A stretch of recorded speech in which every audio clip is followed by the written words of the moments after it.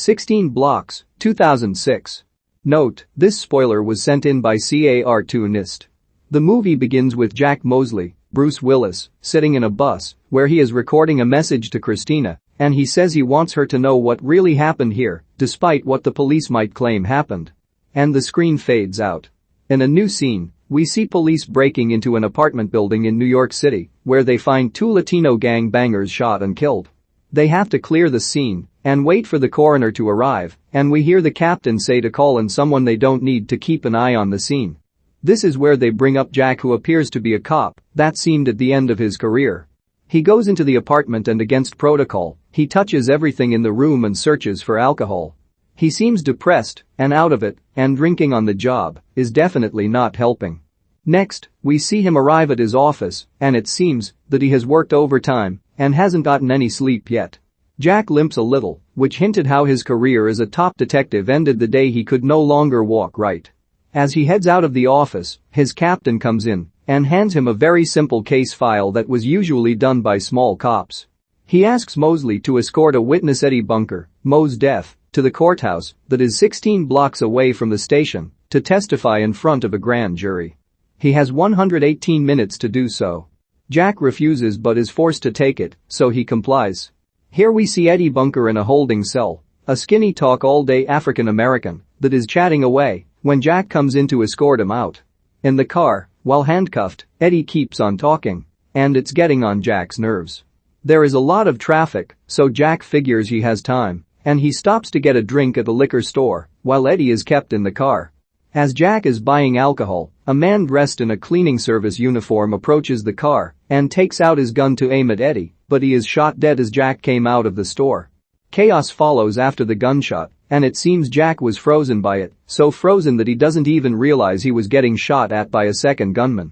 More gunshots are exchanged, and Jack jumps into the car and reverses it into the gunman and manages to escape. Jack takes Eddie into a bar that he seems really familiar with and asks the owner to kick everybody out of the bar, including the owner. Jack calls the station for some backups to aid him, but instead, his ex-partner, homicide detective Frank Nugent, David Morse, and his crew come into the bar. Frank is a calm man, he is articulate, and his words seem so mellow. He says he heard the phone call and he was around the corner, so he stopped by to help. Frank says he will take it from here. Jack is about to comply, but this time, Eddie is still talking. He hasn't stopped talking ever since they got shot at. He keeps whining about why would Jack risk his life and stop for a drink and all that. Anyway, he keeps talking until another detective comes into the bar and Eddie shuts up immediately as if he recognizes the guy. And Jack realizes that something is fishy. Frank goes on and explains to Jack that Eddie is about to testify against a lot of dirty cops, including a chief in the courtroom. He is going to ruin a lot of good cops' lives by telling what he saw. It is explained later in some sequences that Eddie witnessed dirty cops doing illegal transactions and even killing some guys. Frank takes Jack's gun away and hands it to his guys. The guys wipe the gun clean and place it on Eddie's hand.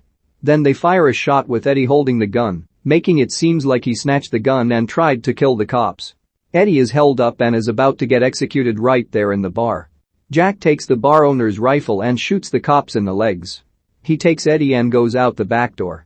Frank now is really angry, still maintaining his poise, and calls in more backups to find both Jack and Eddie, now claiming that Jack snapped and has started shooting at cops. Jack enters an apartment that he probably once lived in because he knew where the spare key is hidden. He goes in and searches through the closet to get his gun. The apartment is actually his sister Christina's. Frank knows that Jack's sister lives around the area, so he tells one of his men to check out the apartment, only to be tied up by Jack and have his cell phone taken away. The cell phone pickup is actually a bad idea as Frank is able to get their exact location through GPS. This is until Eddie tries to escape, taking the subway on his own, and refuses help from a drunken, handicapped cop, Jack. He immediately changes his mind when some cops on the subway are there, coming to kill him. The scene is now at New York's Chinatown, where a festival is happening. Knowing that they have nowhere to run, Jack throws the phone away and enters an old apartment building. Eddie keeps knocking on doors, and an old Asian guy actually opens it and lets Jack and Eddie in. The team searches for them from floor to floor and have no idea where they went. In the apartment, Eddie changes clothes and tells Jack of his dream of becoming a birthday cake baker. He carries a notebook everywhere with him consisting of all the recipes in the world for cakes, and he marks down everyone's birthdays too. Jack sees how innocent Eddie is in this whole mess and is convinced that he would protect him all the way to the courthouse. In the apartment, Jack calls the prosecuting attorney and explains the entire situation. She immediately sends escorts, more cops, to get them out safely, as Jack tells her the exact building and room number. Only this time, Frank's crew get the info from the mole and busts into the wrong apartment and realizes they've been conned by Jack. Jack walks down the stairs without obstacles now, only to be stopped by Frank himself, waiting at the bottom level. But Jack is not stupid, because he had Eddie go around the back and has the gun aimed at Frank from behind. Eddie and Jack escape another close one and go out the door. This time, Jack takes Eddie underground to a sweatshop kitchen laundry room with Chinese immigrants running around. Jack seems to know his way around Nick, but so does Frank, whom Jack worked with for 20 years. Frank cuts them off and starts another shootout, while Frank's men are behind a steel door. Eddie and Jack are trapped between the door and Frank. The only escape is an elevator that doesn't work.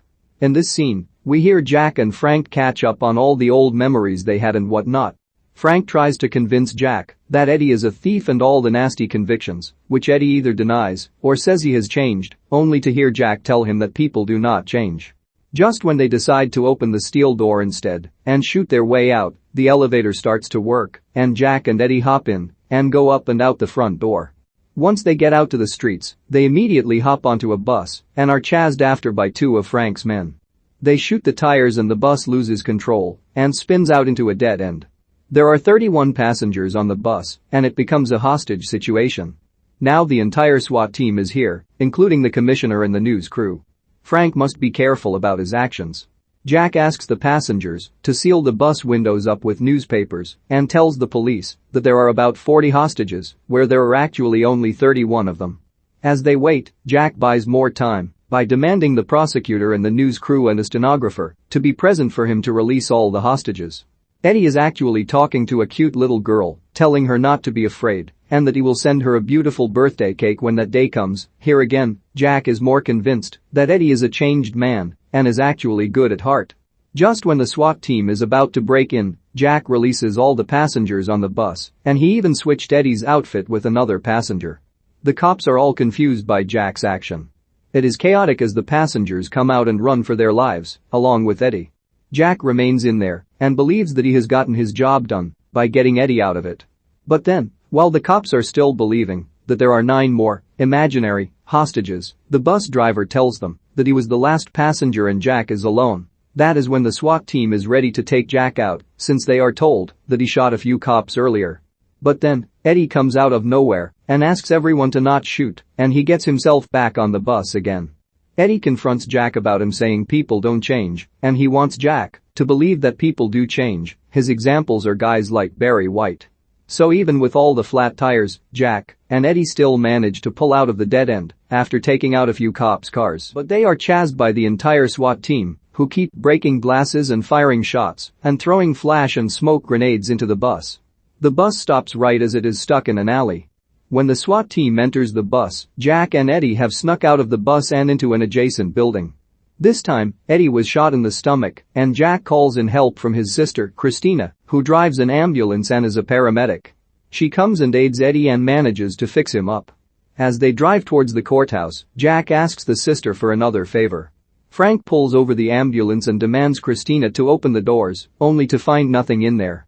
Jack's favor was actually calling in another ambulance to take them somewhere close to the courthouse instead. In the ambulance, Jack tells Eddie that he is a bad person, that Jack is one of the dirty cops that Eddie was going to testify against. He is going to take full responsibility now. Jack asks Eddie to leave and leave the trial to himself. Jack is about to turn himself in and give his testimonies. Jack limps into the underground entrance of the courthouse and runs into Frank, who is always one step ahead of Jack. Jack confronts Frank about their entire crimes, including getting some people killed to get what they needed to break some cases. Frank finally loses his cool and yells at Jack and spills all the beans. He just can't kill his long-term partner with his own hands, so he lets Jack get into the elevator and tells one of his men awaiting Jack upstairs to kill him. Before he can do that, Jack is spotted by the security of the buildings and is surrounded by many cops. Jack explains that he only wants to speak with the prosecuting attorney and that he has evidence against many cops, including a chief and himself.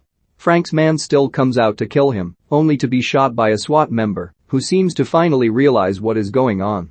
Jack pulls out a tape recorder that recorded the entire conversation that Frank and Jack just had downstairs and hands it to the prosecuting attorney. While he is being taken away, Frank stares miserably and walked away. 2 years later, we see Jack in a restaurant celebrating his birthday with his sister and a couple of friends. Jack only got 2 years because he came forward about the case and got a bargain.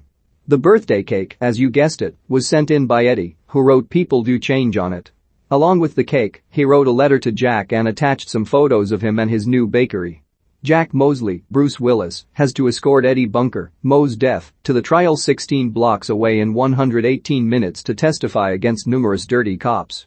The dirty cops, along with Jack's partner Frank, David Morse, try to take them out within these 16 blocks of New York City. In the end, we learn that Jack was actually one of the dirty cops, but he turns himself in along with all the other dirty cops and keeping Eddie away from harm. Jack goes to jail for 2 years on a bargain deal, and Eddie becomes a cake baker that he dreamt of being.